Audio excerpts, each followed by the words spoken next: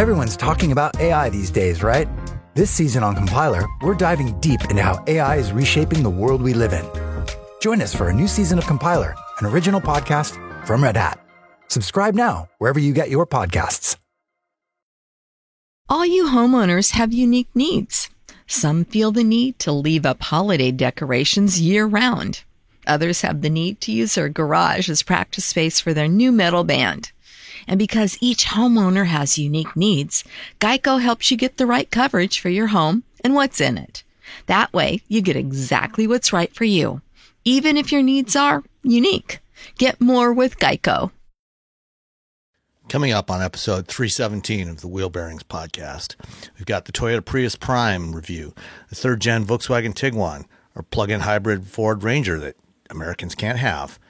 TFL tests the Silverado EV at towing. No more Volvo diesels. UAW expands their strike, and VinFast sells most of its cars to itself. All that and more coming up next.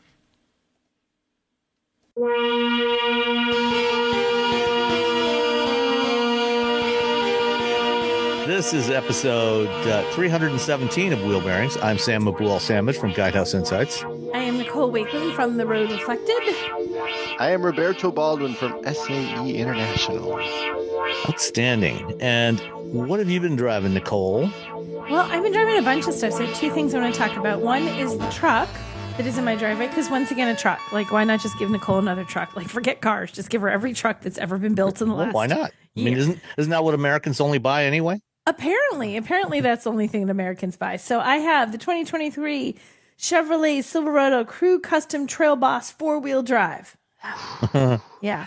And it has that little, that Z71 off-road package on it, which gives like a Z71 in the grill, and it's got some off-road, goodies. And it's like you want to go out and... It's a little more off-roady than just a regular Trail Boss. Right. It's a little more off-roady than a regular Trail Boss, which is a little bit off-roady. This is a little off-roadier. So it's an off-road truck. It's nice. I mean, it's funny because I just had the GMC... I just forgot what the truck is called. Sierra. Last one. Like, what the heck do they call it? I had the Sierra last week. So some of it is very much the same, like that multifunction tailgate they have on the back, It's like exactly the same tailgate on the back of this because they're the same company. So they share. I know. Blows your mind. Right? Are you saying that these are not two completely unique designs? They're not totally different trucks? Possibly in some respects, yes.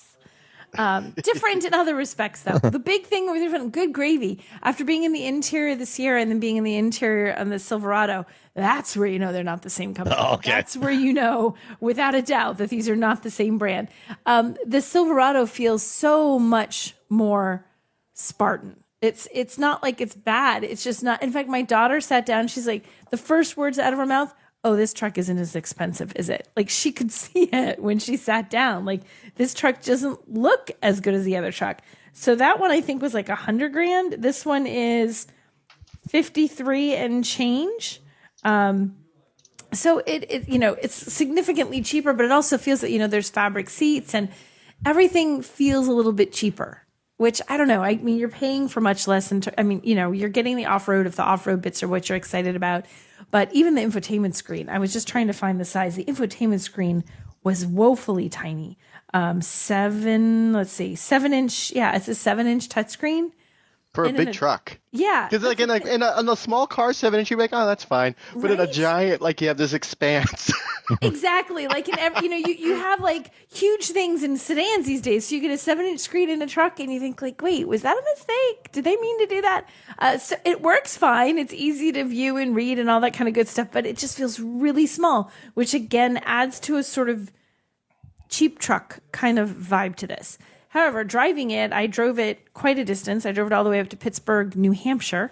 So I drove it quite a ways. It actually was a really nice highway cruiser and even high speeds. The speed limit is 70 miles an hour in northern New Hampshire. So take that. And so you're driving pretty fast. It still handles really well. It's a really nice, well-mannered truck, nice, quiet ride. I do love, and I think this might be the first time I've ever had a truck that had the bench seat up front that you can flip up the like center console armrest thing and turn it into a seat. Excuse me, but man, does it look like it wouldn't be comfortable. So in the front, you can have a friend sitting next to you? Yeah, you could just like right there. You're like your bestie could sit right next to you, or your date. Okay, yeah. So my girlfriend when I was in high school had a B2500 Mazda, and it had a bench seat, and I would drive her Mazda, and she would sit next to me. I could put my arm around her while I drove. Like that, exactly. It was probably uncomfortable too, and she didn't care. Oh yeah, I felt you got to hug her, right? Well, we were also like, 17. So you didn't care. So our bodies were not like nothing made us uncomfortable at that point. So right, exactly. So it has that, but it's nice that it's still, even though it is a bench seat when it, or like it's, what is it, 40-20-40? Did my math work? Yeah, 40-20-40, or how they say it folds. That seat when it's down, it actually, you don't realize at first that it actually is one more seat. Like it still has a couple of cup holders and a couple little pods to put random stuff in. You can even open it up and there's room inside. So it's not as deep as something that didn't have a seat underneath it, but you still have a nice little storage thing, which I thought was kind of cool. I enjoyed driving this. I thought this was great. I still love I still think this tailgate is my favorite of the tailgates. I was playing around with it again. I'm like, of the multiple tailgate configurations one can now. So you're saying Ford was not entirely accurate in their assessment that they won the tailgate war? I don't know. The tailgate. It's like the Cola Wars all over again. So many lost lives. So many lost lives to so much wasted time. Although I'll tell you what, I've never seen people argue over something as they will about the tailgate on a truck. I just sit back and grab the popcorn. I'm like, you guys all need to get a new hobby. You are arguing way too angrily. Like, this tailgate offends me. Yeah, but that's don't Ford, buy it. Chevy. I mean, that's all of them. Yeah, it's not a Ford that's an guy argument. That's an argument that's been going on for decades. It's just a truck guy thing, but truck guys argue about everything. I feel like truck, that's the wrong they shit. got a lot of. How dare you make it that shit of red in 1952? They got a lot of free time. Yeah, truck guys do have a lot of free time. So they're they most of them hate the new tailgate on the Ford. Like everybody I'm seeing, they hate it. But I like this one. Because I think this one actually works. Like, because it still just folds down and you get a little piece that folds down into a really easy step to step up. I love how you can turn it into a step. And I know that we were talking about how they're sturdy, even the ones that look tiny and slim. I like that this step is like the entire tailgate, like folds down. Like I'm not going to die climbing up this one. So I really like the tailgate on this. What do you guys want? Let's see. Is it on here? I believe destination is on here. Yes. Go ahead. 2,200. Well, I should say $1, but I'm going to go with $17.95. You still win even at $17.95. It was $18.95. Oh, too high. Good job. Too high, Robbie. Too high. Too high. So I mean, but in that there's, and the price I give in the truck, the 53. There's that's all the random bits and pieces that come with the extra stuff that you get with the Z71 off-road package. So it's got like a lift and it's got monotube shocks and skid plates and heavy duty air filter. Like it gets other little bits. It looks really cool. Oh my gosh, does it look cool? It's so high. So I'm grabbing a little hand. So my left bicep is now larger than my right one from pulling up on the grab handle to get inside every time. I had this with my best friend for a drive that we did this weekend. And Nikki's like, what the heck? She went to grab and missed. Let me tell you, you missed that handhold and you're planning on grabbing that. It is a long fall to the ground when you realize it. Like, oh! Yeah, that's pretty much it. I'm like, oh gosh, that's it. She's dead. But so I liked it. So I enjoyed driving this. It was I guess the good thing about having, the Sierra and the Silverado back to back is like you were saying, it is the same company, but it's not. They're both GM products, but they are two different branches, two very different companies, and they share stuff like that fancy pants tailgate, but that inside you would never mistake this for a GMC product. Like they look entirely different. So GMC says they're supposed to be a premium brand compared professional to grade. Professional grade.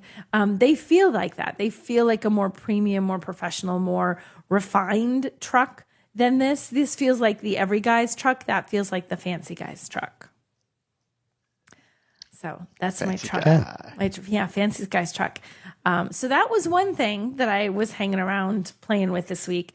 The other thing was like this crazy adventure. So I got to drive it was a crazy adventure. I got to drive a Polaris Razor, you know, the little Oh, nice. ATVs. Oh yeah. Yeah, so they reached out to me in the spring because they had wanted me to do it as a part of like a women's drivers day, and I couldn't do it at the time. It just didn't work with my schedule. They said, "Well, you want to do it in the fall?" And I said, "Sure." And they said, "Do you want to bring a friend?" And I said, "Sure." Hence the best friend that fell out of the truck when she missed the grab handle. So we, the two of us, took the weekend and we went up to Bear Rock Outfitters, which is in technically Colebrook, New Hampshire, but it's basically it's up there. Like one wrong turn and you have made an illegal border crossing into Canada. You were really, really like northern New Hampshire when you're way out there. Way out there. In fact, I was like tuning the radio and God, I can't get a radio station. I finally tuned one. I'm like, why am I having such a hard time? Oh, they're speaking French. Like I'm literally tuning. I'm like, why can't, what's it, fuzzy? What's going on? So we went to this Bear Rock Adventures because they're an official Polaris outfitter. They have like over 200 of them all over the place, and they exclusively rent Polaris vehicles, and they can set you up with, you know, an area where you're driving where it's okay. Because you can't just, contrary to what people think, you can't just take this and run through the farmer's field next door. You'll destroy his field. Like you have to use these in areas. Now, like if you were in fact a farmer and it was your farm and your field, yes, would you be allowed to do that? I suppose if you chose to ruin your own field, you could. Okay. But if you just drove it on someone's private property and ruined their field, then you would be in trouble. Okay. In fact, it is the guys from Northwoods Law. Have you ever seen that show? Uh-uh. Okay, Northwoods Law. Northwoods Law. You've never seen Northwoods Law? Is this like It's a real show. Was it Law and Order set in the backwoods of New England? Yes, it's not necessarily New England. Like they actually have, like they're different seasons are in different places. They could be in New Hampshire, they could be in Michigan, they could be in California, they could be in Texas. But we call it Fish and Game here. It's not called the exact same thing everywhere, but it's always the Fish and Game guys, the guys who are out there when you try to poach a bear. Or also, if you're riding your ATV irresponsibly or going too fast, they will give you a ticket. You can get a ticket for going too fast. Well, here in Michigan, it's the Department of Natural Resources, the DNR. Okay. See, so they all have a different title, but they're the same guys, just different states give them different titles. So we're up there in the Northwoods, which is perfect. In fact, they told us, hey guys, just, you know, the speed limit is 25 miles an hour unless there's one that says less. Like every now and then there's a spot where you have to go like 10 or maybe 20 if it goes close near someone's home or property out there. And then slow down. And I'm like, I just don't want to be on an episode of Northwoods Law. Please don't let me get caught speeding. Right? That was my whole goal. I kept saying, don't let me be on Northwoods Law. Sure enough, Nikki's driving and the guy's there with a little speed gun. And I'm like, how fast you're going? She's like, we'll find out in a second. A radar gun in the middle of the woods? Yes, you come around a corner. There's a guy in a uniform, and they look like the state police do in New Hampshire, like a green shirt and like tan pants. They look like police officers sitting there in his little ATV with a radar gun. He goes, bing, as you come around the corner. We were not speeding.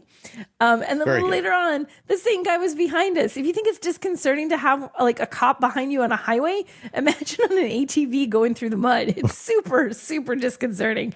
But yeah, we did not manage to get in trouble with the popo. So I guess we were happy with that. No episode of Northwoods Law for me. But so we rented these or they rented these for us. They had us go out and drive, and they wanted us to just kind of experience what it's like to drive one, and to sort of see the fun part of it. Like you can own one and you can have it in your driveway and you can go do this every weekend. But like they had a package here. So you go, and they called it glamping. It really wasn't glamping. It was more like a very large safari style tent with a wooden floor. But there's like no power. There's no running water. So you're kind of camping, but a nicer tent than normal. How's that? Yeah, it still feels like glamping. No, it was Unless not. you're in the middle of nowhere and you got nothing. You gotta It was for still me, pretty- camping is like nowhere. Like there's not a car's not nearby. See, like I you don't had do to go camping out like there. that. So, Yeah. but it was. But That's they the only. did- I didn't realize there was other camping as a child. There I didn't is- realize you could like rent places to camp. I didn't camp until I was like 22, so I didn't have any perception beyond that. My parents never went camping. But so you could, and then you could, the place you would have your tent, we were at like Meadow Ground or something. It was our little tent site. And then you go pick up your razors like right around the corner, and then they drive you up your tent. So you have it parked right at your tent along with whatever vehicle you have. And you can literally go right from there onto all these trails. And there's a huge number of trails, like endless miles. We went for a trail, like a drive where they guided us for like the first 4 hours. And then they said, have at it, go do your own thing. And you do have like a little GPS. In fact, I feel like the screen inside the Razor might have been the same size or larger than the screen inside the Silverado, but whatever. And it has little maps, you know, so you can say from here to here. They have different waypoints and it shows you. And so when you inevitably think that you're going the right direction, you're not, you can see the red line is to your right. So you want to find a trail that takes you back to the right line. It was super fun. Like, we had a ridiculously fun time. And I got so muddy. I swear to God, I had mud. I didn't know I could get as muddy as I got. We made a wrong turn and we went through just like, it was a mud pit. It was just like, it wasn't. We went through what was called as the mud pit. The mud pit. The mud pit we went through. And I went through it because I drove up. We went to lunch at this place up in Pittsburgh and came back down. I drove up to Pittsburgh. I was the one who found the wrong way and went through the mud pit. And then Nikki drove back. And I was as delicate as one can be driving through a mud pit where the mud is like up the level of the bottom of the vehicle that you're driving. Nikki was like, to heck with that. We're almost back to camp. And she went through and made as much of a mess as humanly possible. Like rooster tails, mud everywhere. That's the way you do it in a Polaris Ranger. Yes. And I got to say, it was really fun, although it doesn't taste great. I was like, no, I don't need that for lunch. That's good, but thank you, nose. I'm trying to wipe mud out of my mouth. But we had an unbelievably fun time. And it was neat, too, to see, like, first of all, it's super easy. And there's all these, like, have you done this? There's, like, hand signals. So they know how many is in your party.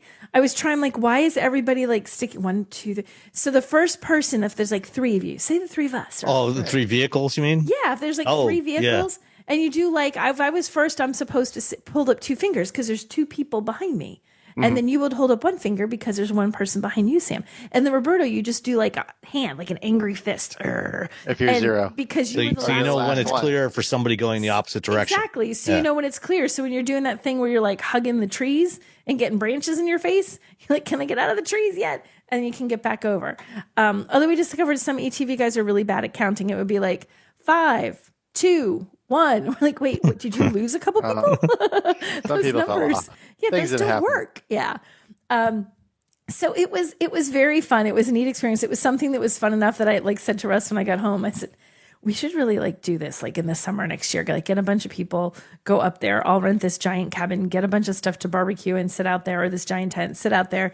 And then you just take these razors right to wherever you want to go. And there were so many people out because it's like the end of the season here. It was like in the mid 40s when we woke up in the morning. So it's getting cold up north and chilly. There's only, a little chilly. So there's only so much time they have left, but everyone was so nice. Like there were some people that were stopping to get a picture and we were like, they're like trying to, they're trying to prop their phone on their cooler to make it the right angle. And I stopped. I was like, would you want to keep doing that? Or do you want us to take a picture? And they're like, we'd love it if you'd help. So, people are friendly and nice. And, anytime someone's pulled over, that looked randomly in trouble, you could see other people like, are you good? Or do you need an assist? We're not just going to leave you here. So it was a nice little community. And I love, you can tell who owns their vehicle versus maybe who rented. Like we obviously had a rented vehicle. The owned vehicles, people trick them out. They make me think of like truck drivers who put all sorts of lights on their cars. There's like wavy little antenna light things in the back in a variety of colors, like woo, woo, woo, as they're driving around. They've got happy little banners and flags and all sorts of stuff. It was fun to watch. It's a fun little community. And I didn't think I would enjoy, I thought I would have fun with that. Like, this is going to be kind of fun. I didn't realize I'd have enough fun that I'd be thinking, I want to do this next summer again. I want to come up here for a weekend. Well, I'd actually like to suggest a little adventure because one of the people I met when I was at the Detroit Auto Show last week was somebody from Polaris. They had the Polaris Ranger XP Kinetic there, which is a battery electric version of the Ranger. Is that actually out yet, or is that it is? I believe it is out imminently. Okay. And so one of the things they've done is they've done this. They've partnered with they're doing a pilot program with the Michigan Economic Development Corporation, MEDC, and this outfitter that rents off-road vehicles up in northern Michigan, up in the Upper Peninsula. Okay. and they're setting up a like 100-mile loop. Whoa. And they've got going to have 3 charging stations along the loop, and so you'll be able to rent these electric Rangers No way. and take this loop, and they've got stuff along the loop, that you can check out Like and 100 do. miles in an ATV is a lot of miles. Yeah. So this must be like, just, are there like places to campsite and stuff along the You way? just ride till your Yeah. butt falls off. Yeah, basically. That would be cool. And Is it that's going to open be or- launching. It's going to be launching next spring. So spring 2024. We could do that, and then we could be Yeah. a little posse with the holding up the 2 fingers, absolutely. and the 1 finger and the 0 Oh, hand. yeah. We could all go together. Yeah. Make a big mess. I get to go in front because then when the mud goes wee, it We goes can all over bring our you. spouses. It And goes on us. It goes on you guys. Yeah. That would be That's actually fine. would be so stupidly fun. Oh my gosh, that would be so much fun. It'd be cool to see how that would work though. The EV charging thing. See, there's your big challenge again. Are the Well, EV that's chargers part of gonna the be adventure. robust? That's part of the adventure. You're now walking through the mud because Yeah. you cannot charge your vehicle. well, like I said, they're going to have solar powered charging stations Okay. along the route. So three solar powered charging stations along the route, and they'll also have other sources of power as well, in addition to solar. Did they say how far they're supposed to go on one charge before you would need to charge them? I put you on the spot. I can't remember exactly, but That's okay. No worries. it will be enough to get you, from one station to the next. To the next. Yeah, I would totally be down for that. Wait, and then it's going to be super quiet. Hold a second. Exactly. Because my brain is just absorbing this. Because the only thing that is actually tough, I mean, they're loud. This is not a quiet sport when you're just driving. right. a Well, regular especially Razor. the gas powered ATVs. They are pretty noisy. Yeah, These are like noisy. motorcycle engines. Like you start this up and you're going 25 miles an hour, no faster. Northwood's Law, only 25 miles an hour. And you sound like you're going 80. Like they're loud, right? They really sound loud. So having one that was an EV, that'd be cool. Oh, I find that even more intriguing. I think we'll have to do this. I think I need to Yeah. explore this now because I find it really interesting. Field trip. Field trip. Yeah, Yeah, that's next spring. let's see. It's a 110 mile or 110 horsepower electric motor, Okay. 140 foot-pounds of torque, 14 inches of ground clearance, 30 kilowatt hour battery, 80 miles of range. Which is a lot because it doesn't sound like a lot if you were driving a car on the highway, but you're not probably driving 80 miles. Like that's a long way if you're slogging through mud and stuff. And You're not they'll going have very chargers fast. about every 30 miles along this route this loop that they're setting up. So you'd have more than enough to get through before you would run out of juice. It should be, yeah. That's the plan. That's the theory. We can test that. I don't know if I that's want the to plan. test it quite that much. Like let someone else do the first 100 miles and then we'll do it. I'm sure they'll have all those details worked out before That's they really launch cool. it. So yeah, so I would see if you told me about that before, I'd be like, I don't know if I want to do this, but now that I've done this one here at this adventure and had like the vehicle was so fun and had such a good time with it, I'm like, I could do this. I can see how this would be fun to do. I can see how it would be a cool way to just hang out with your friends, your family. Like the cutest thing, you see little kids. You don't have to wear a helmet. I don't think in New Hampshire we did because we had to for the place we were at. But you don't have to. But kids do. So you see these kids with these huge helmets. You'll see this little bobblehead. So you see them from the back. There's the adult helmet, and then just this little tiny head in the seat next to it, bouncing back and forth. Aw. So yeah, it was really cute to see these families and stuff. So it was it was cool. I would do it again. I found it more fun than I expected, and about as muddy as I expected. So All right. wow. Smartphones have gotten way more expensive over the past decade, and all it takes is one impact on a hard floor to make you wish you had spent a few bucks to put a case on it. Going online without ExpressVPN is like not having a case for your phone, and it only costs a few dollars a month. Nicole, Robbie, and I travel a lot for our work, and we spend a lot of time in hotels, coffee shops, airplanes, and of course the Delta Sky Club. Connecting to the Wi-Fi in any public places with shared Wi-Fi puts your data at risk because bad actors could be intercepting what you send and using it to steal from you. It only takes some cheap hardware to intercept Wi-Fi data, and even a smart preteen can do it. Hackers can make up to $1,000 per victim selling personal information on the dark web.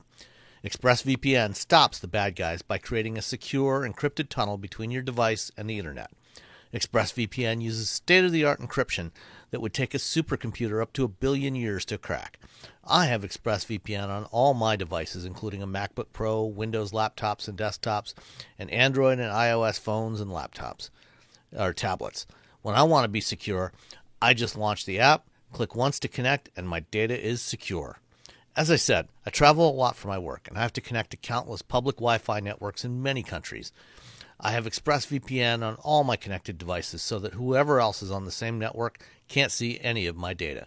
That's important because I often have to check banks, credit card accounts, and transmit client data that might be sensitive, as well as filing articles on news that might be under embargo. ExpressVPN protects all of it, and I've been paying for my own account for years. Secure your online data today by visiting expressvpn.com/wheelbearings. That's expressvpn.com/wheelbearings, and you can get an extra 4 months for free. expressvpn.com/wheelbearings. Everyone's talking about AI these days, right? This season on Compiler, we're diving deep into how AI is reshaping the world we live in. Join us for a new season of Compiler, an original podcast from Red Hat. Subscribe now wherever you get your podcasts. One of the hardest parts of getting older is feeling like something's off in your body, but not knowing exactly what. It's not just aging, it's often your hormones too. When they fall out of balance, everything feels off. But here's the good news. This doesn't have to be the story of your next chapter. Hormone Harmony by Happy Mammoth is an herbal formula made with science-backed ingredients designed to fine-tune your hormones by balancing estrogen, testosterone, progesterone, and even stress hormones like cortisol. It helps with common issues such as hot flashes, poor sleep, low energy, bloating, and more. With over 40,000 reviews and a bottle sold every 24 seconds, the results speak for themselves. A survey found 86% of women lost weight, 77% saw an improved mood, and 100% felt like themselves again. Start your next chapter feeling balanced and in control. For a limited time, get 15% off your entire first order at happymammoth.com with code NEXTCHAPTER at checkout. Visit happymammoth.com today and get your old self back naturally. Did you know you can support Wheel Bearings directly? Head to patreon.com/wheelbearingsmedia and you can become a patron today. Your contributions will help fund the platforms and tools we use to bring the podcast to you. And exclusives and improvements are already on the way thanks to your generosity. So if you want to be part of an automotive podcast like no other, head to patreon.com/wheelbearingsmedia. We've updated the Wheel Bearings merch store, and now there's a whole bunch of new choices, new colors, new styles, t-shirts, sweatshirts, hoodies, hats, mugs, travel mugs, stickers, aprons, tote bags, you name it. You can get your Wheel Bearings merch at shop.wheelbearings.media. Go check it out. That's shop.wheelbearings.media. Robbie. Yes? You had something just like the Ranger Polaris, right? I had something exactly like the Ranger Polaris. You got four wheels, right? It had 4 wheels. It had, I guess I could drive. It's basically the same thing. Same thing. Exactly the same. Yeah. I drove the Cadillac Escalade V.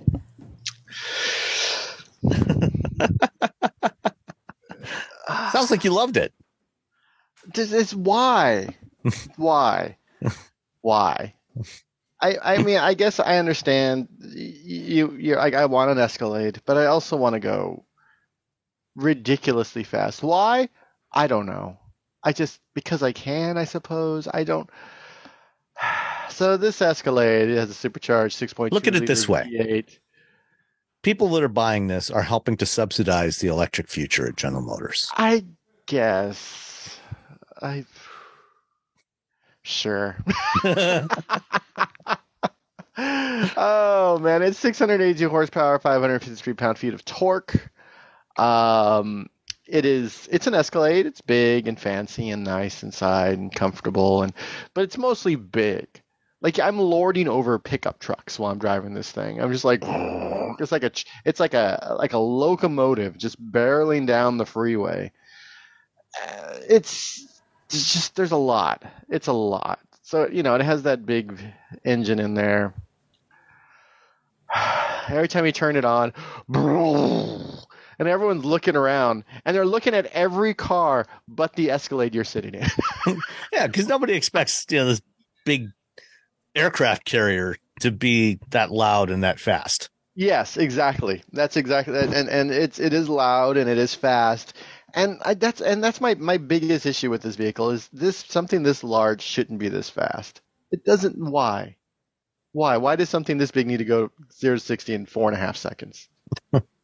I mean, we're fortunate that as humans on the road, that it has some nice Brembo brakes. The brakes work really well. I wanted to make sure that was like my biggest concern. I'm like, I hope people aren't buying this, and then like there's just these shoddy brakes. No, it's got good. It's got nice brakes. It's got like 6-piston front brakes, so that's good to stop all of that weight that you're just barreling down the street with. It's a lot. It's a lot. It has Super Cruise. I use Super Cruise.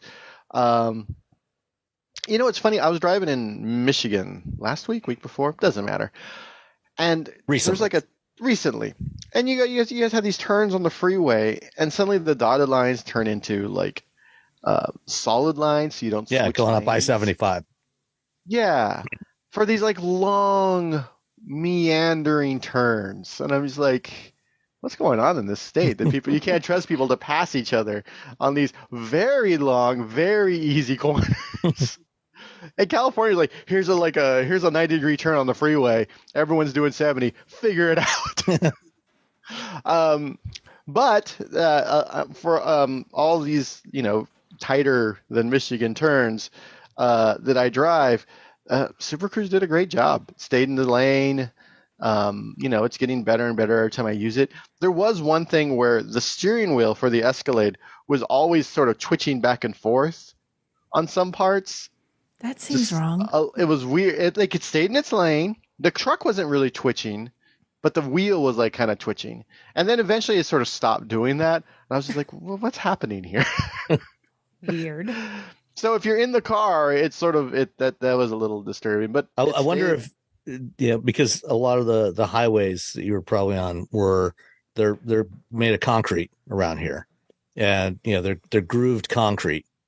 And so maybe those big tires on the Escalade V, those performance tires, are probably grabbing those grooves, and it's kind of twitching, pulling it a little bit one way or the other, and the Super Cruise is just trying to keep up with it.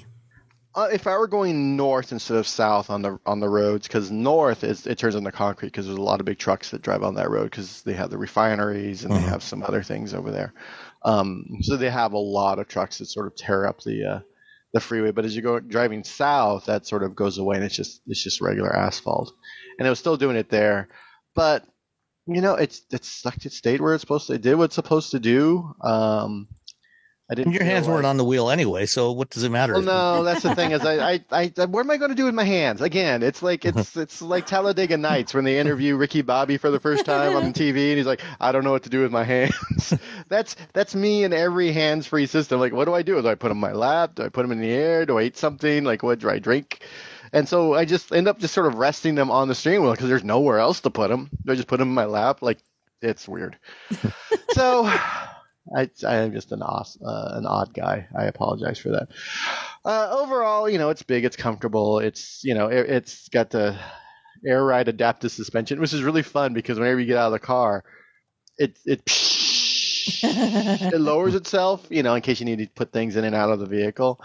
But you'll be just sitting at a light, and if the light takes too long, the car just starts lowering. Jeez. Like, settle down, okay? We haven't stopped. I haven't put you in park. Just chill out. Yeah, it's again, I'm just gonna keep saying it's a lot. Well, if it makes you feel any better, the Escalade V. Did you have the V or the ESV? So the standard length or the long wheelbase?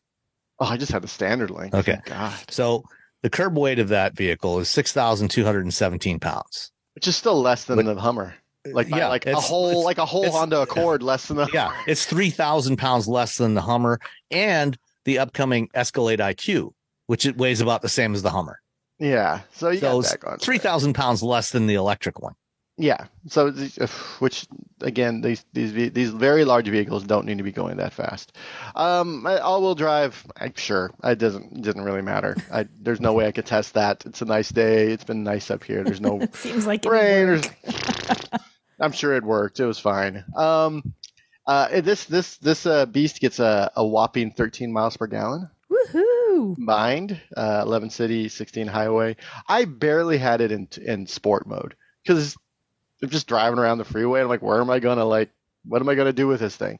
You can't really take it on back roads and go fast because it's still a big, tall vehicle. So you're just like flopping back and forth around corners because it's not really something that should be doing that. Take it to a track day at Sonoma. Take it to a track day and you're just like down that straight, and then you're like, hold on, you gotta go up the hill. Okay, we can get this hill. Oh gosh, this is off camber. Now I'm dead. Wow, that went that fast. I think I had like 12 miles per gallon while I was driving it around, which, you're buying this thing. It's, You don't care. There was a point. There was a point last night where it's just like all the time, and it's like, all right, fine. But we were driving back from a show. My band had a show, and I was giving the bass player a ride home. And we were driving by all these police officers that are parked alongside the road, and they had pulled a bunch of people over, and I kind of took my foot off the accelerator. And then as I got right next to him, I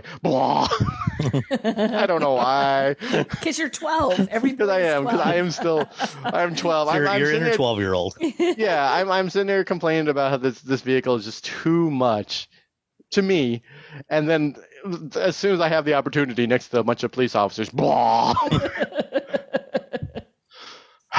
See, I'm you the would have been problem. on an episode of Northwoods Law. I would have been. No, I wasn't speeding. That's all.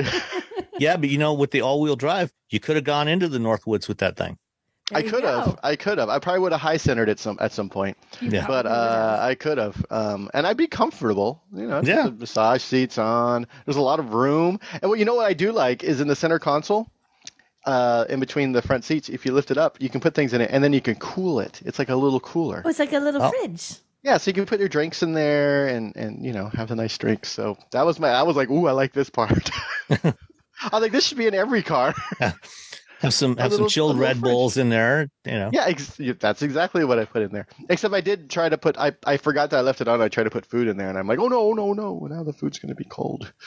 Whoops. But if you're picking up ice cream from the store, yeah, and then it perfect. turns out you have to there you do go. you have to do another errand. You're like a surprise errand. You're like, oh no, I have this ice cream. What am I going to do? Oh, I can just put in this nice little thing. So that's pretty cool. And I think that's really what makes the $150,000 price tag totally worth it. The chilled compartment in the center console. It's all about that. Yeah, $150,000 American dollars. Super Cruise. Now the one I drove was a 154, 865. So the one I drove was 155. That's because it had Super Cruise, $2,500, and then that little refrigerator that I love, $700. Would you It says pay refrigerator $700 with for freeze. it? I think you know what? If I Might. He was going to say if I yes, had, people. here's the thing. You know how I love the idea of like the Ford Maverick, like just the XL with the Steelies, and all you do is you spray the bed liner and maybe get that little cover. I would pay the extra $700 for the refrigerator over like adaptive cruise control in that vehicle. I would rather have that little refrigerator in a truck than I would like any sort of a driver's assistance system. Oh my gosh. So I would get Forget a the Ford safety, I want Maverick. the fridge. I would get the 20. It's not 20,000 or 21,000. It's not cheap anymore. But if they offered it, of all the things, I'm like, you don't need any of this. It's a truck. It's a rugged thing. But still, I would like to keep my things cold because I'm a fancy little boy. So there you go.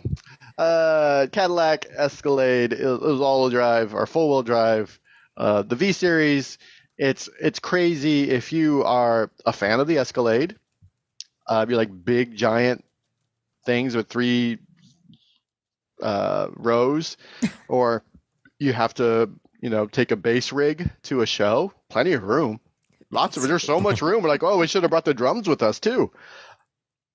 But if you really There you go. if you just want that engine, just get a CT5 Blackwing. Yeah, I should definitely. Oh my god, I love that CT5 Blackwing so much. Me too. Yeah, and you can get that with a manual transmission, which you can't get at the Escalade. Yeah, it's fantastic. $155,000. You guys want to guess what the destination charge was? I'm going to guess it. Go ahead. 1095? 1095. I'm going to go with Way 1895. Boom, on the money, 1895. Because, I mean, same. It's Cadillac. Yeah. Well, same as the full size pickups. That's true. Yeah. It too is exactly like a Sierra or a Silverado. Yeah. Yeah. So it's if you don't care about how much gas cost, and you absolutely positively have to wake up your neighbors every time you turn your car on, this is the giant SUV to get. The Cadillac. So it's anything but laggy. The Cadillac Escalade V Series. Or get the Blackwing, which is the CT5, that's really the better place to put your money. And you don't have to drag a bunch of extra people around with you. That's true. That's my takeaway is this. You know what? Get rid of some friends. That's my takeaway. Get rid of your friends. Get rid of some of those friends. You don't need them all. I mean, come on. All right. Well, I also had basically the same thing. 4 wheels, 4 doors, and a rear hatch. And mine was red. It was a nice bright red. It was the 2023 Toyota Prius Prime XSE. So the Prius and the Escalade and the Silverado, I often mix those up. They're so similar, all of them. Absolutely, yeah. I mean, who wouldn't? So this is finally the first attractive Prius after 25 years on the market. Right. Yeah, that's the most true thing we've ever said. Yeah.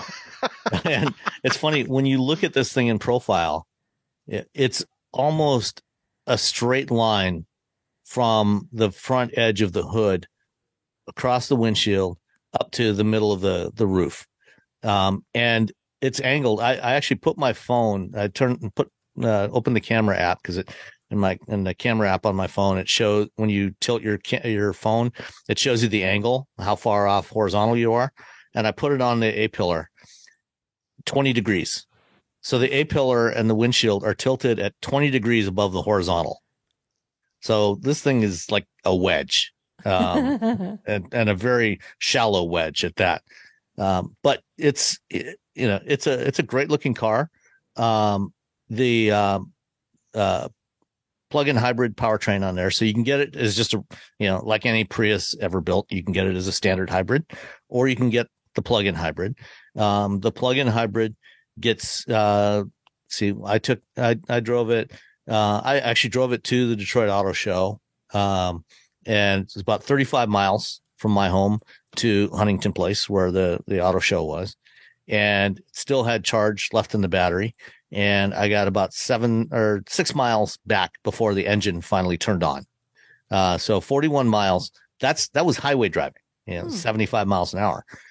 So if you're driving around town, you should easily be able to get this thing into the mid to upper 40s, as long as you're not, constantly on the accelerator. It's got good performance, a lot more performance than any Prius of the past. More powerful engine, more powerful electric motors, 220 horsepower altogether, from the powertrain in this thing. If you plug it in at night, plug it in each night, most people are going to be able to do all their driving on, without ever using any gas. And, when I first drove this thing, was it last fall, early this year,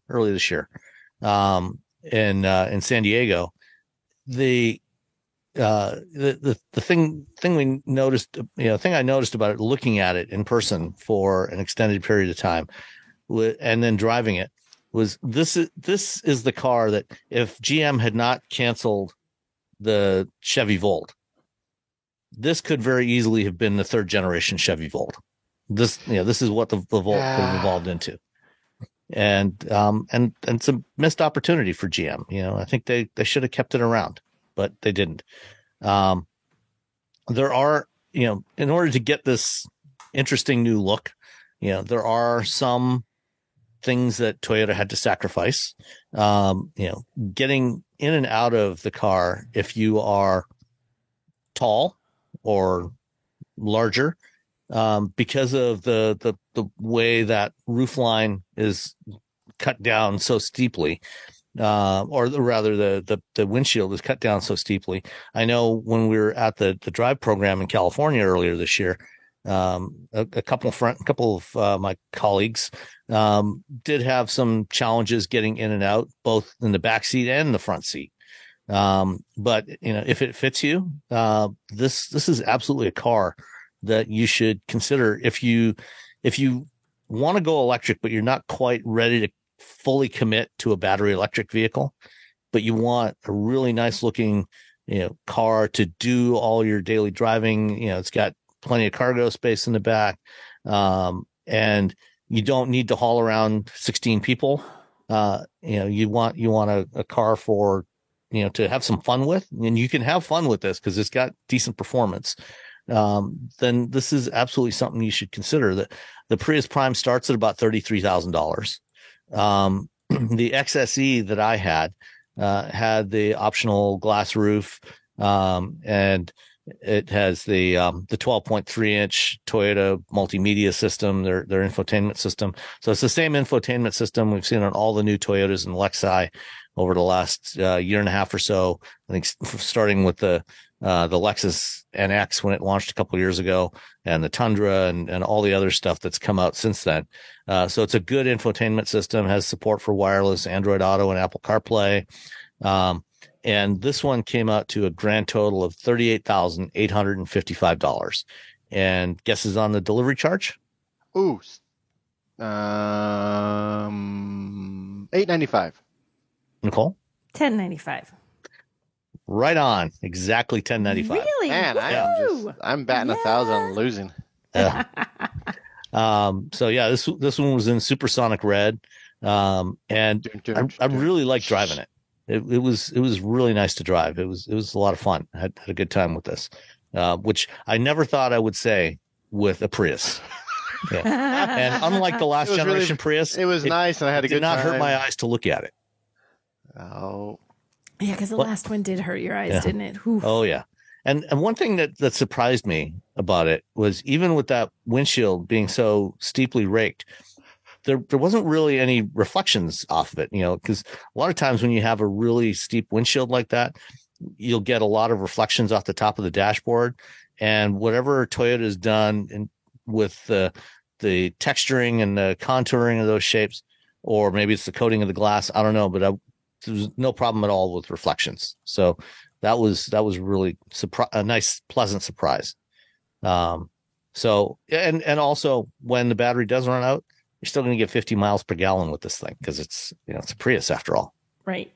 Still going to get 50 miles per gallon. Save monies on the gas. Yep, absolutely right. So that's the 2023 Prius Prime XSE. All right, let's move on to some other stuff. Let's stick with plug-in hybrids for a minute. Ford announced a new plug-in hybrid this week. It's in the Ranger, and you can't have one. Gosh dang it! Or at least if you live in North America, you can't have one. If you live in the UK, yeah, if you don't live in the UK, that doesn't help me. If you live in Australia, New Zealand, Europe, or the UK, because UK is not part of Europe anymore, then you will be able to get the Ford Ranger plug-in hybrid starting sometime in 2024. So there you go. If you're looking for a Toyota Tacoma, and you're like, oh, I can get a hybrid, and you're like, oh, maybe I can get the Ranger, and you're in America, you're like, oh, never mind, I'll just get the Tacoma, I guess. Yeah. No hybrid or plug-in hybrid version of the Ranger here. If you want an electrified pickup from Ford in North America, you're going to have to get a Maverick or an F-150 with the Lightning for all electric, or the regular hybrid. But for the Ranger plug-in hybrid, it's got the 2.3 liter EcoBoost, so the same engine that you get that we're getting in the Ranger here, but with a battery and an electric motor that it's a range of 45 kilometers, so about 30 miles, and that's probably WLTP, so probably somewhere between 25, 26 miles EPA if we were able to get it here. And this will also be the only Ranger that has Pro Power on board. I don't think that they're offering Pro Power on the non-hybrid Ranger here. So yeah, you'd be able to plug in all your stuff, power your house off of this thing. It's got towing capacity of 3,500 kilograms, so that's about almost 8,000 pounds. So, yeah, unfortunately, right now, at least, Ford is not saying anything about offering this in North America. We'll probably get it eventually. When, maybe. Sam? When? Make some calls, Sam. Actually, this is launching early 2025, not 2024. So they did announce the Ranger globally about almost a year before we saw it in North America anyway. So it's possible that sometime between now and the end of next year, we will see the Ranger, see the plug-in hybrid Ranger announced for North America as well. They're just not saying it right now. If you ask Ford, which I did, they say we've got the Maverick hybrid, we've got the F-150 Power Boost and the F-150 Lightning. So that's what we have now, and we're not saying anything else. We're not talking about any future product. That's it. Yeah. The other plug-in hybrid this week is the third generation Volkswagen Tiguan, which was just announced. And with the second generation, they did two versions of the Tiguan. They're basically the same, but longer wheelbase one that was originally designed for the Chinese market, and that's the one that they brought to North America. So we never got the standard wheelbase second generation Tiguan. And what they showed this week was the third generation standard wheelbase Tiguan.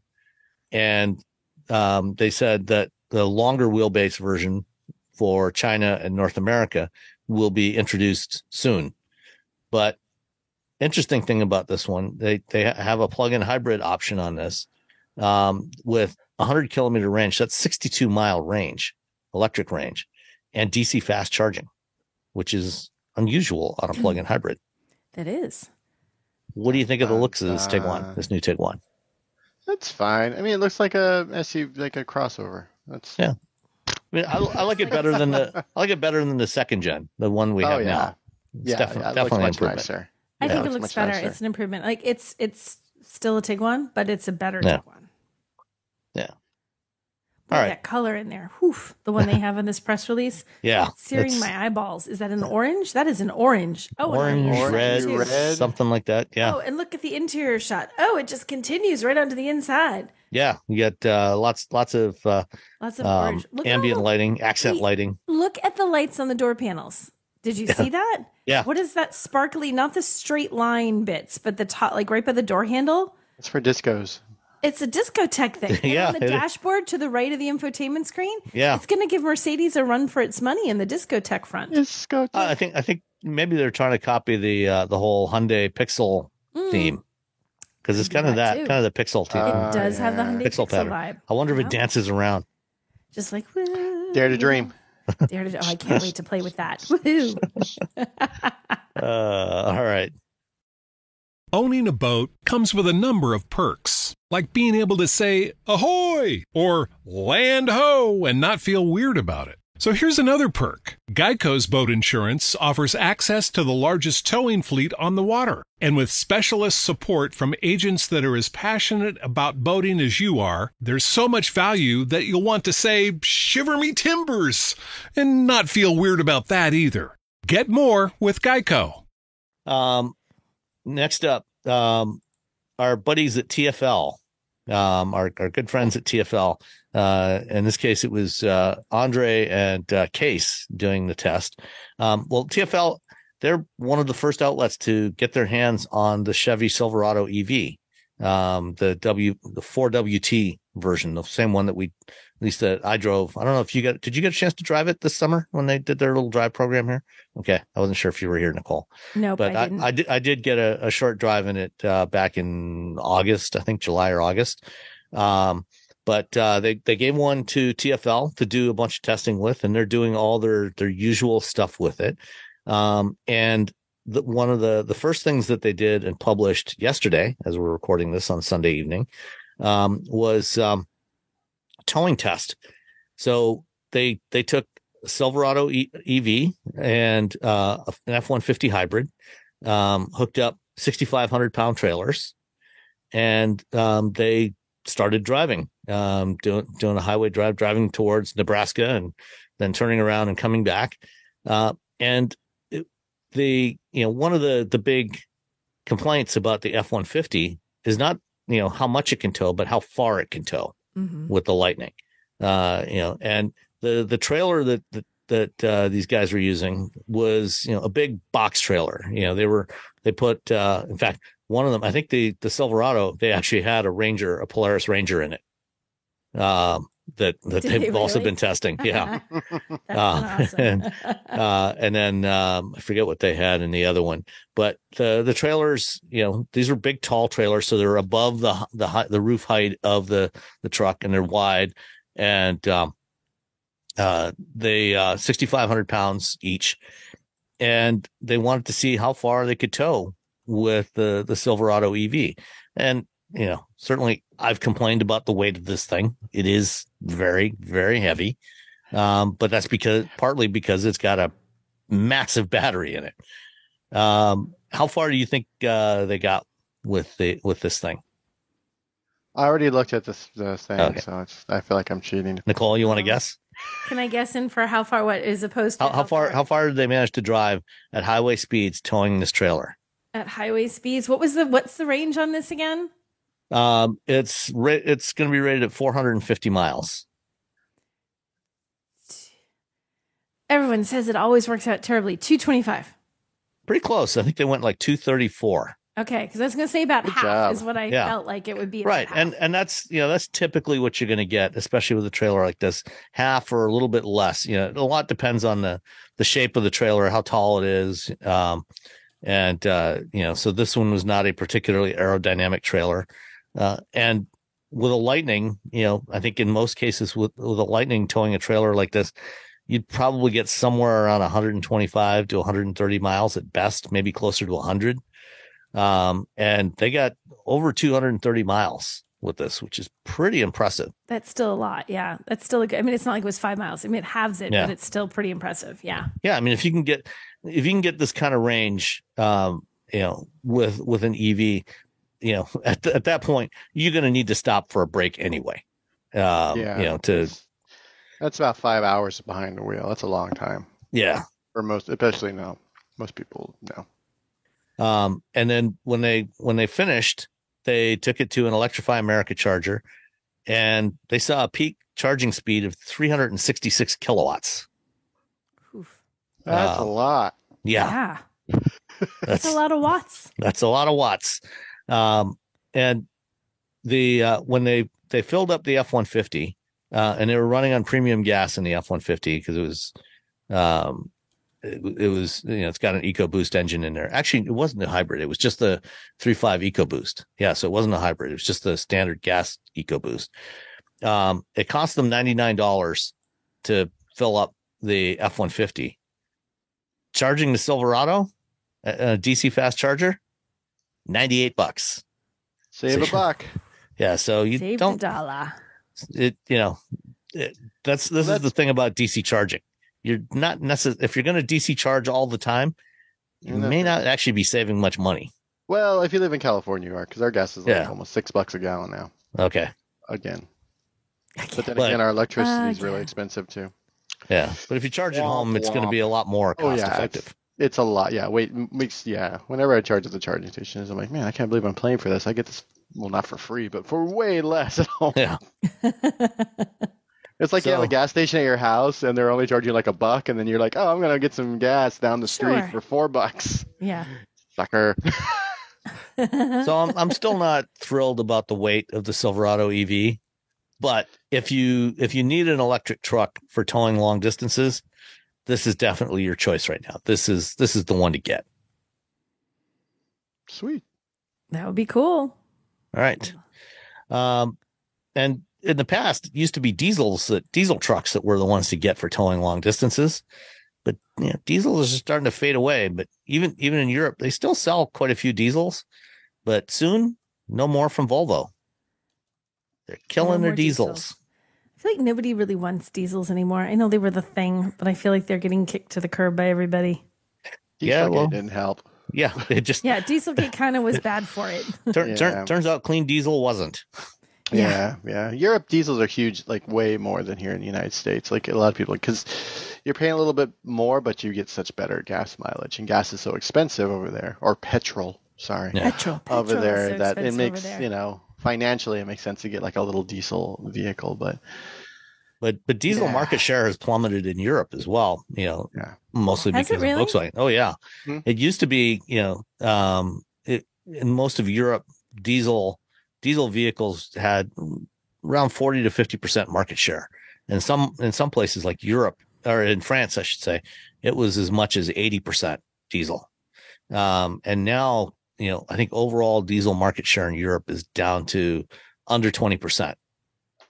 So, Wow. Volvo's not really losing much by getting rid of their diesels, especially Yeah, since it's they're not- going all electric. Yeah. I feel like deciding not to do diesel is like, well, no one's really doing it, and we're all going towards electric anyway. So why are we holding on to this sort of legacy fuel? Yep. Okay. In case you haven't noticed, the UAW went on strike last week against No Ford, way. General Motors, and Stellantis. no. They want more money. They want better benefits. Lots of things. I'm not going to go into all the details of what they're after. They've had a really interesting strategy for this strike. This is the first time in the history of the union that they've ever gone on strike against all three automakers simultaneously. Which is a big deal. Yeah. Usually they target one, as they're getting close to the deadline, they'll pick one company and keep negotiating with them and, target them. And, if they don't get a deal, they go on strike against one company. And then after they get a deal, then they use that as the template for the other two automakers. And this time they went out against all three, but they didn't go out. Usually when they go on strike at all the plants at once. And this time they started off the first week, they only struck one assembly plant at each car maker. It's And very it was- strategic this time around. Yeah. And it was all plants that are making mid-sized pickup trucks. In the case of GM, it was their Wentzville, Missouri plant where they make the Colorado and Canyon. For Ford, it was the Wayne assembly plant in Michigan where they build the Ranger and the Bronco. And for Stellantis, it was the Toledo plant where they build the Wrangler and Gladiator. As of Friday, 2 days ago now, they said they were making progress with Ford. So they didn't expand the strike against Ford, but they did expand the strike at GM and Stellantis. And they went out at 38 parts warehouses. Instead of assembly plants, they went out. Because that They want hits to strike against everybody. parts warehouses. Yeah. Yeah. Well- it hits everyone. They all have to stop. If they run out of parts, then they have to lay people off at the factory. Well, these are all service parts warehouses, so it's not Yeah. parts that are going to the Okay. assembly plants. Gotcha. So it's service parts, which is interesting because usually, if you go on a strike against an assembly plant, there's some lag time before it starts to have an impact at dealerships. Because there's inventory at the dealerships. And so it's, might be several weeks before you start feeling some pain. But with the parts warehouses, dealers and also independent parts or independent service providers, not just dealers, they don't stock all the parts for all the cars. And a lot of times if they need to fix something on a vehicle, they'll order it from their local distribution regional warehouse. And, they'll usually get it within a day or so. And so this is going to have an impact, both on revenues for the automakers and on the dealers and on customers. So if you've got a GM or Stellantis vehicle that needs service in the next couple of weeks, you may find yourself waiting a while to get parts for that vehicle because of the strike. So fix Well, your then car you now have- if you're holding off and something Yeah. you think is about to break. So now you're gonna, but there's the automakers just now are gonna start getting pressure from the dealers to be like, dude, you need to fix this Yeah. because now you're hurting us. Before, Yeah, I think it's a real interesting strategy on the part of the union. They're trying to minimize the pain for their workers, but inflicting some pain on the companies in a different way than they usually do. Mm-hmm. So, and inflicting pain that's going to come quickly rather than slowly over the course of several weeks. Yeah. So. And it means they're going to be getting feedback from their partners. Yeah. All right. Last one for this week is VinFast. VinFast has sold some cars. Good job, VinFast. Apparently, they've delivered about 14,000 cars in their entire history. Mm-hmm. But it turns out that most of them are being delivered to VinFast. Oh gosh. So they're getting high in their own supply over there at the VinFast. Oh my gosh. We haven't really talked much about VinFast's stock. You know, they went public a few weeks ago, or about a month ago, I guess. Now a little more than a month ago. They did a SPAC transaction, and their market cap has been all over the map. At one point, like a week or so after they went public, it skyrocketed up to $200 billion, which is second only to Tesla. And this is a company that's, hardly sold any vehicles. And yet they were valued at almost $200 billion. And even now, the stock price has dropped quite a bit. I think they were down to about $30 billion, which is still stupidly high for what this company is. It's stupidly high. That's a financial assessment, people. Stupidly high. Yeah. It's always a good reminder that the stock market is not the real world. Yeah. Well, and in this case, it's even less of the real world than the stock market usually is, because it turns out that the shares that are available that are being publicly traded amounts to less than 1% of the shares of the company. The other 99+% of the shares are controlled by Vingroup and VinFast's founder, Pham Nhat Vuong. And he directly owns 51% of Vingroup's stock. So, he is still in control. So there's only a small number of shares. And when that happens, that's when you tend to get a lot of volatility in the share price. But of the vehicles they sold, like this year, they've delivered 11,000, a little over 11,000 vehicles so far this year. 7,000 of those were bought by Green and Smart Mobility, which is a Vietnamese taxi company, which is owned by Vingroup. No. Yeah. No. Shocker. So how could they? We don't usually give stock advice on this show. I don't give stock advice. I don't give stock advice. You might want to think twice if you're thinking about investing in VinFast. Just saying. Or maybe do invest. Who knows? I don't know how. I don't know. Investigate it thoroughly and make your decision. But the stock market is a bunch of bonkers things anyway. The whole stock market is bonkers anyway. So so it's like, I don't know how things work, to be honest. He's like, I don't know. I don't understand any. I don't have any outside of 401k and whatever they put the money in. I don't know. I can't. That's funny. I cover so many things. It's not even worth trying to get into the stock market because I run into ethical issues. Yeah. All right. Let's answer some listener questions. Okay. First up is David. Good morning from sunny New Jersey. Is it really sunny in New Jersey? On occasion, I'd imagine. Okay. I'm sure it's sunny there a lot. Okay. I don't know a lot about it. It's the flower state or garden state? Garden state. Yeah.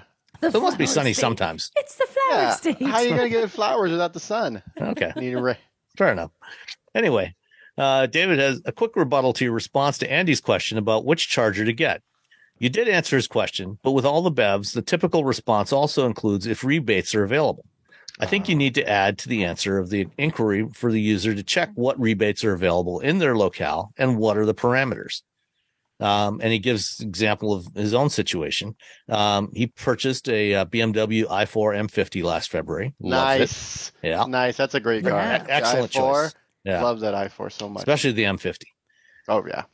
Anyway, our local New Jersey utility company offers $1,500 towards an install on a hardwired charger. In addition, it must be Wi-Fi enabled and on their approved device list. There is a second rebate program that was available from ChargeUp, and I received $250 towards my charger. PSEG, their utility, also adds reduced rates for non-primetime charging. The total net installed price for my jukebox, I think that must be juice box, don't think is there a charger called I Jukebox? hope there's one, and then like when you like pull up, it plays a little song. Yeah, that would be nice. Anyway, whatever it was. Fonzie comes up to it and hits it with his elbow, and a song plays. Okay. His total net price for the installed was $450. Thanks for all the great information and making my commute better, David. So yeah, I mean, I know we've talked about rebates for chargers before. Maybe we didn't mention it in that most recent. Yeah, we didn't mention it. We should have. Yeah. Check your local utility. Like PG&E will give me a rebate on stuff if I had bought the stuff via the stuff. Yeah, and here in wow, Michigan, that was a super concise. If you bought stuff with stuff, there might be stuff. Yeah, that's the same amount of the financial advice I'm giving for the stock market. Stuff and stuff. And here in Michigan, DTE has a rebate program for chargers as well. Although I was not able to take advantage of that because you actually have to purchase an EV and give them the VIN number of the car you bought. So they can only, so you can only claim it one time. And since I don't actually own an EV, I just drive a lot of them. I wasn't able to take advantage of that. But yeah, definitely check what programs are available in your area. Check with your utility, go on their website. There's very good probability that they offer some sort of rebate. And then, some automakers are also offering programs like GM. Hyundai. Yeah. They'll just give you a charger and some money. Yeah. Hyundai just announced a program this week with ChargePoint. They'll give you a charger and a credit towards installation of the charger. And Honda is doing a similar thing. They're actually for the ZDX and other stuff that's coming that we'll talk about next week. They have a program.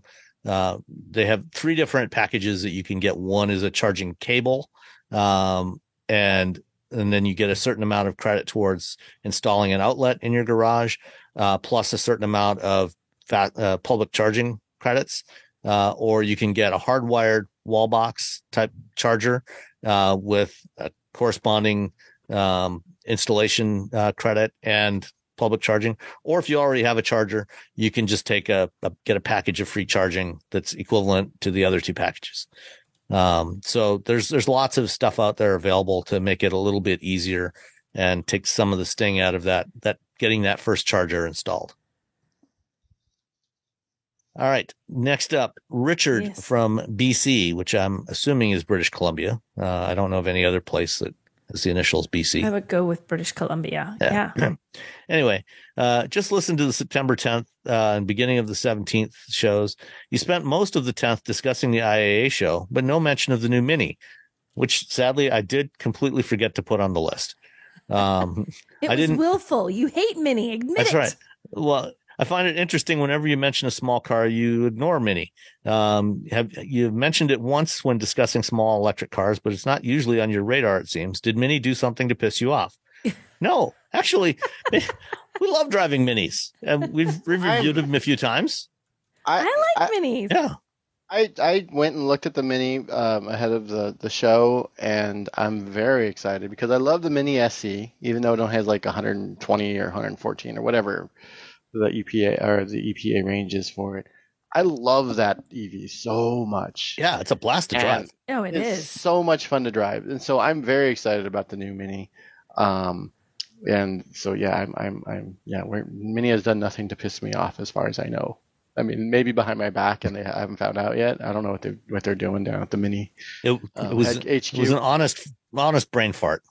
Yeah, but no, I sat in it, and it has a little dog, and it has, so they have a screen in the center, but then they also have their little like pop-up head-up display, which I think is the correct thing to do. Yeah. Instead of just putting everything in the center and being like, well, figure it out. Yeah, and I mean, they've had that big circular speedometer in the center of the dashboard ever since modern Minis came out 20 plus years ago. But now they still have a big circular, but now it's just an OLED touchscreen that's circular with the whole infotainment system on there. Yeah, and it's an evolution of the design. Slightly chunkier, boxier, I guess. A little bit. It's a little more squared off headlights instead of round. But yeah, no, it looks like a cool little car, and I'm looking forward to driving it. It's going to have more range, and they also have the Countryman, which is also going to be electric.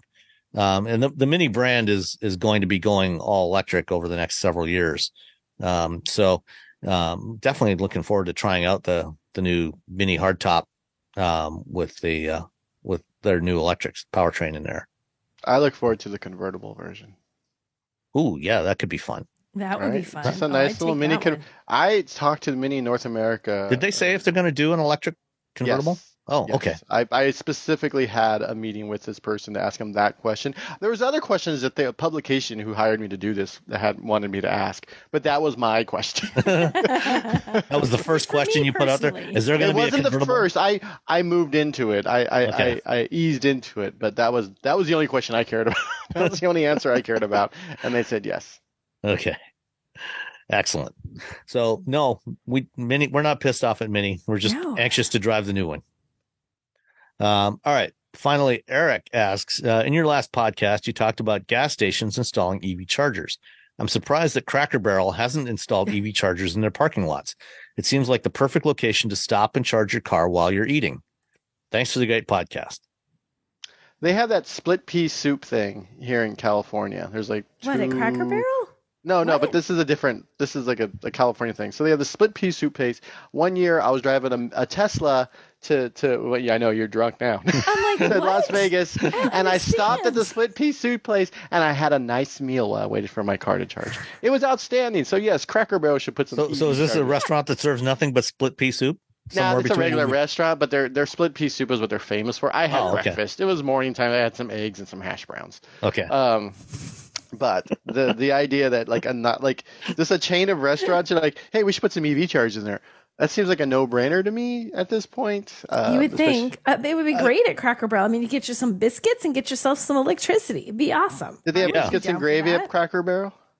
Cracker What? Barrel, Waffle House, Biscuits In and Out. gravy. Yeah. In and out, though, you're there too quick. That's like 5 minutes. You're And That's it's true, like yeah. it's in the name, really. in and out, Sam. You're not there. Well, for I mean, you got long. to plug in and then plug out, They could go like Denny's. Yeah, Denny's. Yeah, there's all kinds of Denny's. places. I like the one of the truck stops has dog parks in it, but it's not Oh, the truck. that's It's not. I can't remember. I think it's Love's, but then Flying J's the one that's going to put a bunch of EV chargers. Yeah, they're And for working a with GM and moment- EVgo. Yeah, for a moment I was like, wait, is Flying J with the one with the dog parks? And I was like, oh. So if Love's put some chargers in, that's perfect for me and my wife when we travel because we stop and let the dogs run around. And if we had a place where we could stop, let the dogs run around and charge the car and get a snack, because usually there's a So many Starbucks things or at once. Carl's Jr. or an Arby's or whatever. I think with the big expansion of charging infrastructure that we're going to see over the next several years, this is exactly what's going to happen. A lot of them are going to be located at places like Cracker Barrel and other, Bob Evans and, all these other places where, that may be close, right off highways where people can stop and grab a meal, and get charged up while they wait. And they don't even have to put the charger in. They just put the restaurant. They wait to see where the big charging plot's going to be, and then they just build a restaurant next to it. Yeah. Yeah, exactly. That Yeah, you That's a would may well be the captive case. audience. Yes, that would be the way to do it. You just go, that's the business model. You go and you find those EV chargers that are like poorly located. You're like, wait, right here? This could Plop. be a Cracker Barrel. Right here? boom. This could be a Denny's. I'm pretty sure that, all of these companies that own these restaurant chains are going to be, they're having conversations Probably. internally about, okay, how can we do this? How can we get some of that $7.5 billion of federal funding from the NEVI Oh, program? yeah. Partner Yeah. with EVgo or Yep. ChargePoint or Yeah. whatever.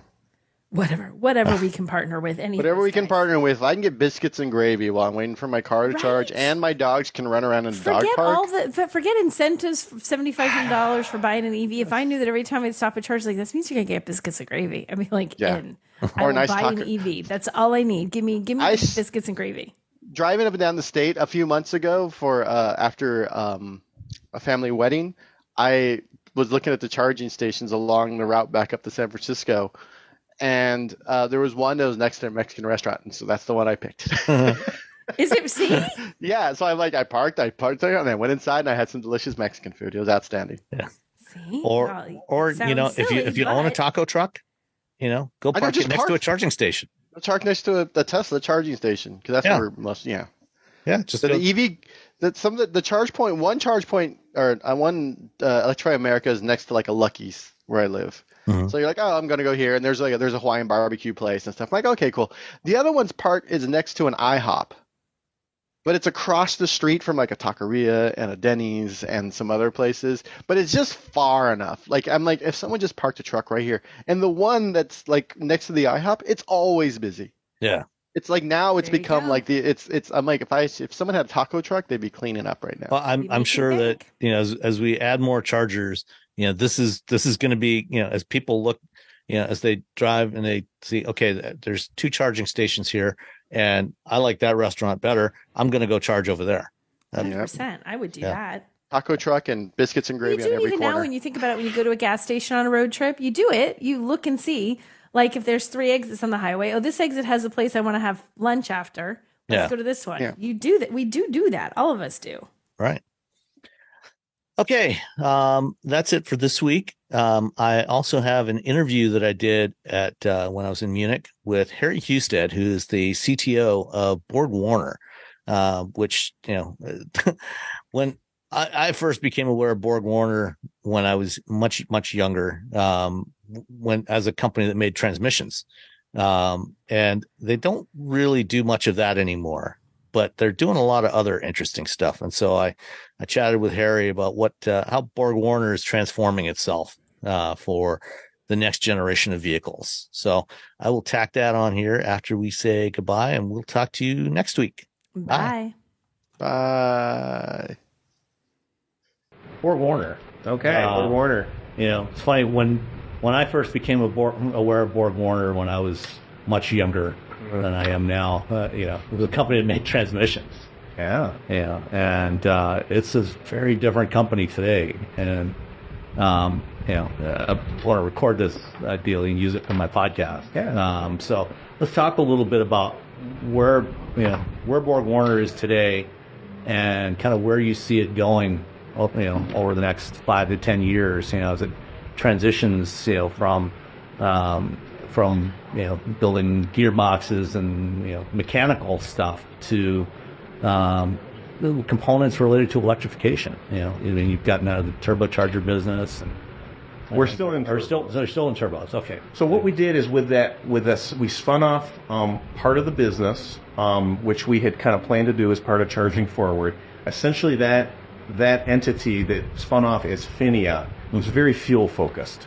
So it was fuel injection, and then there were also fuel handling components, and that made a nice package of things that made sense together as a company, and that's what we spun off. And that's a lot of the stuff that you acquired with Delphi Technologies. Quite a bit of it Plus came some in of with what you Delphi. also had Yeah, internally. it was. So we looked at that, and that helped us just to kind of diversify away from combustion engines a bit.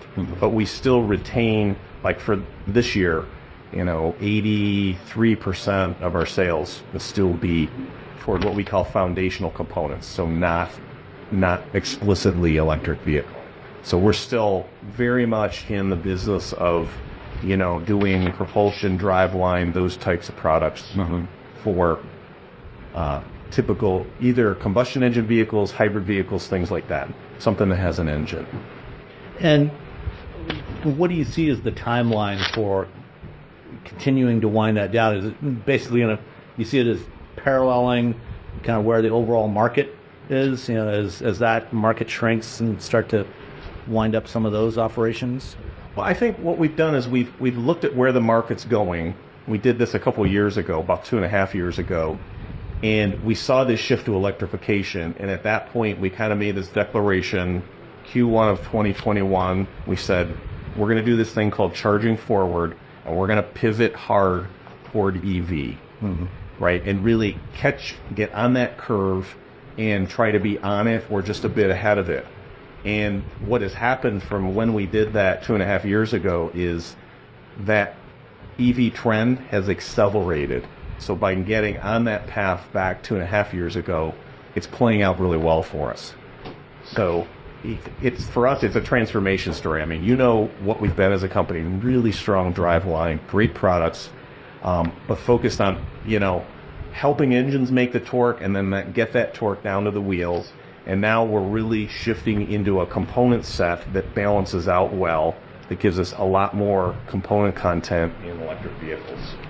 So within that component content, you do electric motors today, and you have been for a while. I think, if I'm not mistaken, you supply the motors for the Mustang Mach-E. We do the drive units for the Mach-E. Okay, the full drive unit. Yes, so the motor and gears units. and gear set. And well, for that one, Ford came to us, and so that motor is actually someone else's motor. Oh, okay. It's someone else's inverter, but it is our total system and our. So you gear set. integrate it. We integrate it. We test it at the factory, and it ships ready to go from us. Okay. But you also do motors, Yes. and you acquired Remy some years ago. We acquired, that was really in this charging forward, EV propulsion story. That was really the original thing that we did back in 2015 was the Remy acquisition that brought in the electric motor business. And that is what started us down the path. So that's 8 years ago. And then then in 2017 we acquired Sevcon. That brought us some industrial electronic strength, and they were doing charging more on the industrial side, the forklift side, but that positioned us with some core things to now be in. Yeah, I noticed you've got a charger out there. Yeah. So that story has kind of played out, but motors was the original piece of it.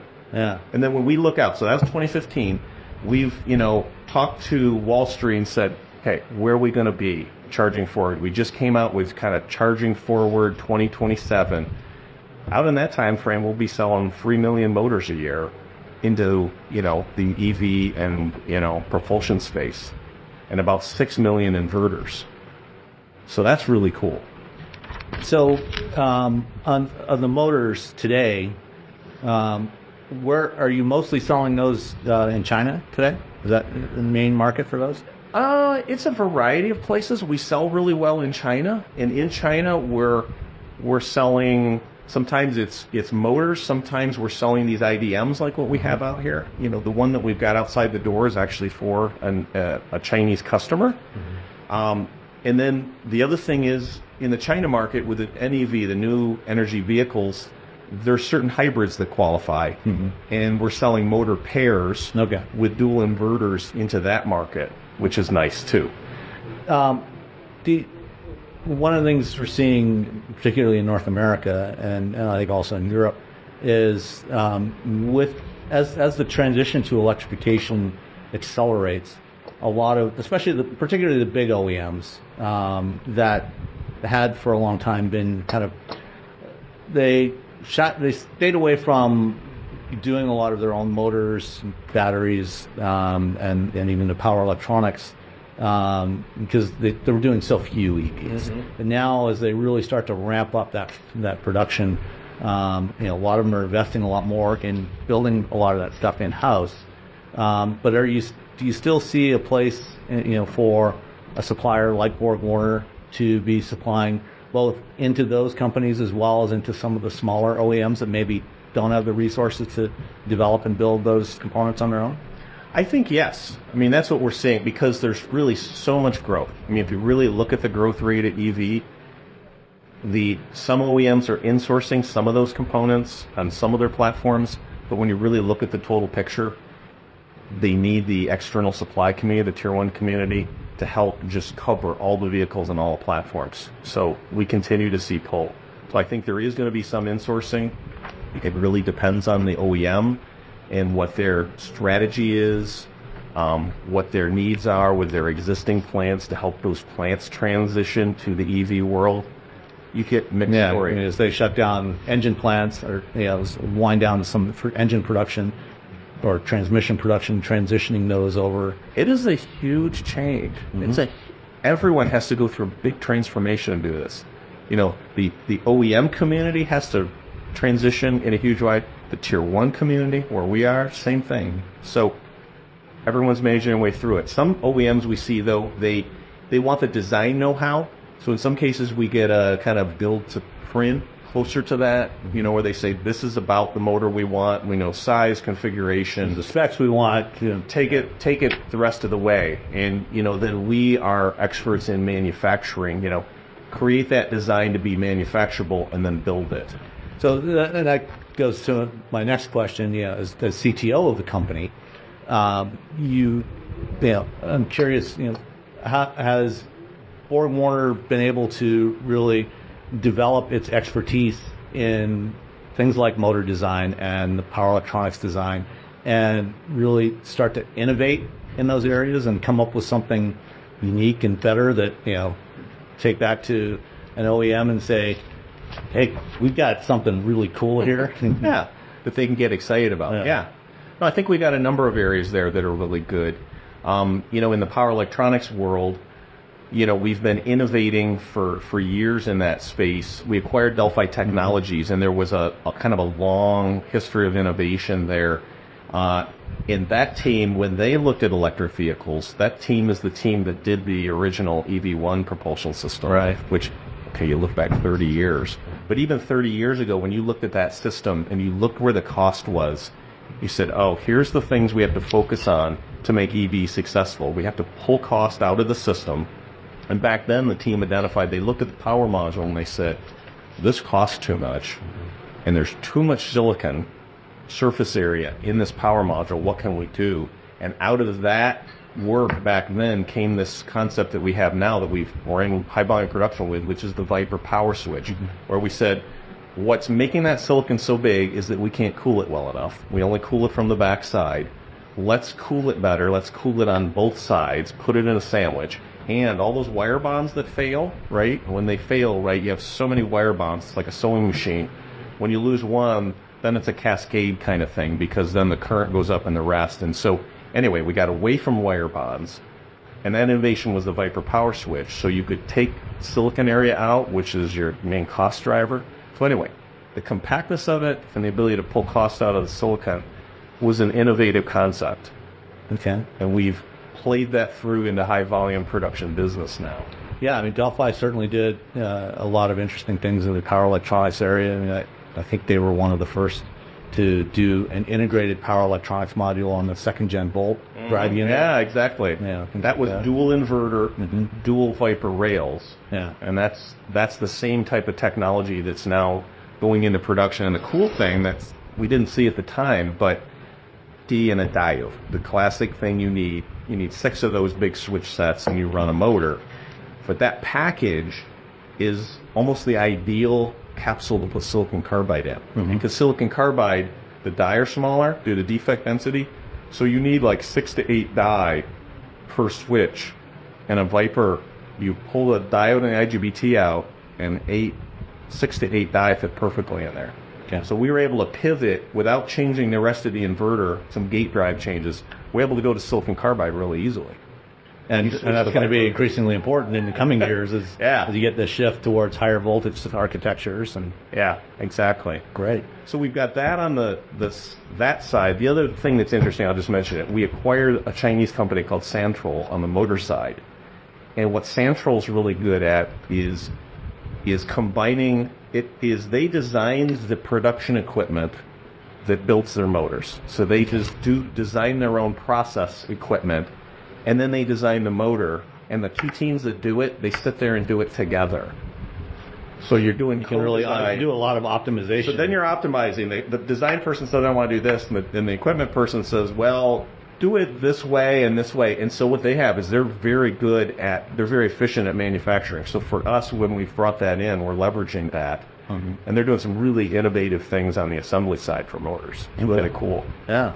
I guess, and going back to what you mentioned about the thermal management on the power electronics, thermal management, of course, was one of the businesses that you already had, one of the areas that BorgWarner already had, and so have you been able to leverage some of the expertise you had there to further make other improvements and both in motor thermal management and batteries? We've been leveraging it, but we've also been leaning into it on a product side, what we call, the products that we're targeting toward electrified vehicles, we'll call e-products. So that's our speak for electrified products. a lot of them it's you look outside and it's power electronics based, but something that we're bringing forward and really showing more prominently here at EIA is our e-cooler business. Mm-hmm. So really specialized thermal products to help cool EV components, because the thermal systems in electric vehicles, it's kind of the hidden secret that I think is now kind of coming to the forefront, is the thermal systems in there are very sophisticated. Mm-hmm. And the high power components need thermal management to really be effective and cost effective. Right. So we're focusing on, like we announced, a battery cooling plate win with a Europe OEM. The Europe OEM's doing cylindrical cells, and they wanted cooling plates that would snake between those cells. And so you can see that out there. We're doing a series of cooling plates that will cool this in path with cylindrical. So that's pretty cool. Is that with BMW? We're not saying Coolidge with, but it's a major European. Well, BMW has previously announced that they're going to 46 millimeter cells for the Neue class. Okay, so very interesting. Seems like it could be, but so at any rate, yeah. So we're excited about that opportunity because that's a thermal management product that improves the performance of the battery. Another one is we're getting into these power electronic cooling plates where you're able to sandwich the electronics, cool them better, like the Viper story. Yeah. So they're leveraging that. Well, it sounds like if you can, a lot of these components are very sensitive to temperature, and if you can cool them better, like a motor, for example, if you can do a better job of cooling that and maintaining the temperature, now you can potentially use a smaller motor that can run closer to its peak performance instead of kind of running, having a lot of headroom there that you can only use that some of the time. Yeah, and it also helps us like in commercial vehicle applications where your continuous operating points are higher. Yeah. When you cool better, we're working on, oil-cooled end windings and things like that so that you can stay at higher continuous powers. And with, it's good that you mentioned commercial vehicles. Obviously a lot of people are thinking about electrification in light-duty vehicles.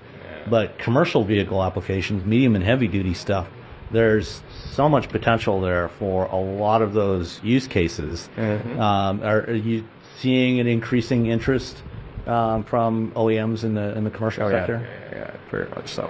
We're seeing, we're following the shift. I would say that the CV commercial vehicle pivot to electric is just, a bit, in terms of time, it's staggered a bit behind past car in terms of the ramp up, but as we watch it and talk to our customers, it's just continuing to ramp. So it's going to ramp, and they're going to need the full suite of solutions. We did this Akasol acquisition, so we're bringing battery packs into that space. And then some of the other componentry we do, the OEMs come to us and, pull us into components for, so we're showing a high voltage E-fan out there. Oh, the one, the big white one? Fan, right? So you say, well, how in the world did that happen, right? And it's because in the engine world, we were doing fans for their crank-driven fans, but it was a viscous coupler on the front so that you didn't spin it too fast. So we're the fan supplier of record for a number of OEMs. So if you're in purchasing and it's time to ask for an E-fan, you're going to call your same supplier and say, I need an E-fan, please. And so that team did a great job pivoting because now they need to do an inverter and electric motor that they hadn't been doing. So that's an electrically driven fan for a commercial vehicle? Yeah, it's electric with a low profile motor, lower profile, and then a full power inverter at, the voltage, the 600 to 800 volt range. But it's a big fan because what they need it for now is an electric vehicle that has braking resistors. If you're doing that type of solution, you need cool braking resistors. Or if you're doing a fuel cell, you have not very much delta T, and you need to move a lot of air. So that fan is a 40 kilowatt fan, which is a huge number. And you're like, wait, why does they need that much power? But they really need to move a lot of air to cool the system. So we put forward a solution, and then we did a 40, and another OEM came and said, for my system I need a 10 kilowatt, and we put together a solution that met those targets, and we announced that win. So we're getting some momentum in this thermal management business on the CV side, which is really cool. That's good to hear. Yeah. let's see, what else? Talked about power electronics, motors. I guess longer term, looking out 5-10 years from now, beyond just continuing to evolve and improve on the products you're already doing, where else do you see BorgWarner potentially going? What other kind of areas do you want to get into? That's a great question. We're working on the answer to that. I don't have an answer beyond kind of the new things where we are today. Mm-hmm. And you can see we're really focused, in mobility on the propulsion piece. You can see we're expanding into this thermal area, which is really nice. And then the other place where we're kind of leveraging what we know how to do is this thing we call high voltage Fox. Mm-hmm. So that's an onboard charger and a DC-DC. So you look at those components and you say, okay, well, how does that fit? The onboard charger is power electronics that gets energy into the battery. So that's a propulsion component. The DC-DC converter is really not explicitly a propulsion component. It's an electrical architecture component. Right. That's power the rest of the stuff in my car, please, that's at 48 volts or 12 volts. So, but that's a good product for it because it's power electronics. It fits in well with the technologies we know how to do. So we think that block is probably going to be a pretty standard architecture. Mm-hmm. You're going to see the 3-in-1 propulsion setup, the motor, gearbox, inverter. That's one. And then this block, DC-DC and OBC, will probably sit near the battery pack. Okay. That's what we're saying, short connection. And then kind of related to that, you mentioned earlier the DC fast charger out there. Yeah. That's a new area for BorgWarner. That's pretty cool. Yeah. There's obviously some of the same kinds of technologies you're using, the onboard charger and, the power electronics, because you're taking the high voltage AC and converting that to DC to stuff into a battery. So when did that start for BorgWarner? That really started over the past couple years. That was kind of coincident with Charging Forward. That came from that, the core of that activity came from that Sevcon team that we acquired back in 2017. But then as we looked at the market and what that means, that is a high growth market. Mm-hmm. DC fast chargers, it's a large product in terms of a product sale. It matches our power electronics expertise. And when I look at that product, you look at the power level, and for me, I look across to our inverters. It's very similar power levels. Mm. And then you look at technology, and you say, my inverters, I'm going to silicon carbide. And DC fast chargers, what am I doing? And silicon carbide. So the technologies match really well for us. So it made strategic sense for us to get into that business. What's new and different about that product is it's not a car. Mm-hmm. Yeah. It's sitting off board the car, and when it's off the car, it's a different customer situation, but because we're cloud connected, so all these things have their own cellular modem, right, or they're internet connected. So now we're looking at a different software stack over there where we're going to be in the cloud with the data and, giving our customer base a view into their chargers at the cloud level, and then having that full stack back down to the charger that's sitting on the ground. So that's kind of a cool space for us. Is that software that you're developing in-house or working with partners on that? It's a combination. Yeah. We're growing our capability in that area, and we'll selectively look outside where there's expertise. If something is easy, it's a module that's easy to bring in, we'll look at that. How big is BorgWarner's software group these days? Well, traditionally it hasn't. Not only has been a huge part, given the nature of the products that you built. It hasn't been. No, that's been a big change for us. So the two stories there is when we brought in Delphi Technologies back in 2020, we brought in software and electronics engineers, over 1,000 people between those two, and in the past couple years, we've added 1,500 people in software and electronics. So a lot of growth in that area, a lot of growth to support, because if you look at this stuff outside, you go back 5 years, there just weren't all those electronic products, and now almost everything out there needs embedded software in it. Yeah.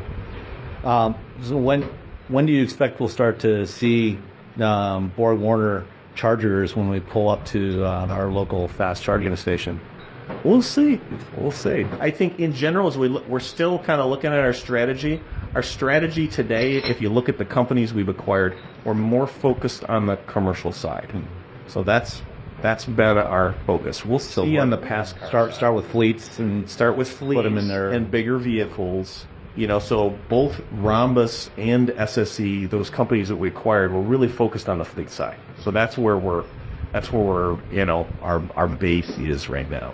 Well, and there's a great opportunity on the software side with managing, fleet management, integrating with the various fleet management platforms to figure out what the state of charge is of the various vehicles in the fleet. So exactly. a lot of software opportunities there. And then the level of complexity above that, right? You've got, fleet vehicles come in, they need to be ready at this time of the day, in the morning or whatever.